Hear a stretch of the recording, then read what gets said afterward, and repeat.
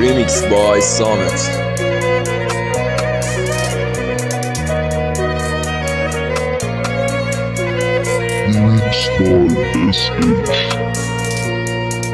اگه راه داره برگرد بیا، دلم هر شب میشه تنگتر بیا. همه میدونم که بامبت کردی ها، سر حرفای من تو لچ کردی ها.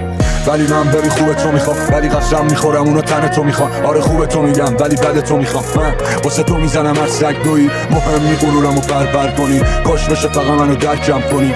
دور قلبمو قفس کشیدم، سخته ولی تو واسم نفس کشیدن. هنوز از رو قلبم ته هر تکسی که میدم. رفتی و طعم مرگو چشیدم، تکسات بعد تو عذابم میدن. تکسات میشن هر شب مرور، راه داره بیا دیگه بسته غرور. به اونم مثل من میگی دائما دروغ، به خودم میگم خودشو به چقدر فروخ. من واسه کم نذاشتم تو پیش من بودی که من غم نداشتم.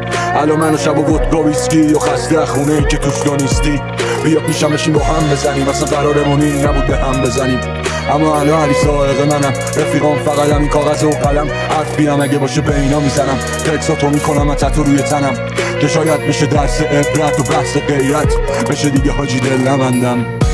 منم بعضی وقتا میاد تو سرم که برم، اما اگه بپرم خانواده چی؟ رفیق شعرهای عاشقانه چی؟ قرقر الکل اگه فکر کردی خیلی گرگی بیا لای ما بشین. خودت هم میدونی رسوندن یه سری اوضاع اصلا کار واژنی.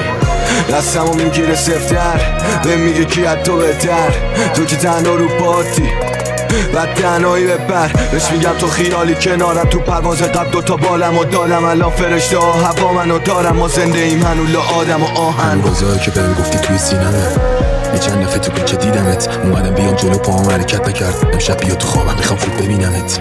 دلم نمیخواد بپرم از این خواب، پس پا میزنم یه طوری بکنم از این حال. انقدر تو این خیابونامو خاطره داریم، شاید همین روزا برم از ایران بدون اینکه هیچ احدی بفهمه کجا هم میرم. دیگه حتی مهم نی بشکنه پولام، روزی که بکنم اکسامونو پاک. جگر گفت دارم و پسر شجاعم، میرم بری قول بده دخترم نباره چشات. همه وجود و بودنم بشه فدای نگات.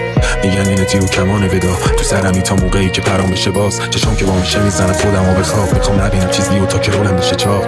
هر کی بهم میگه دخترت چه خبر، چشامو میدوزم یه موقع لو نره چشام. این دافو نمیتونم جا تو بگیرم، میام ولی میگیرمشون.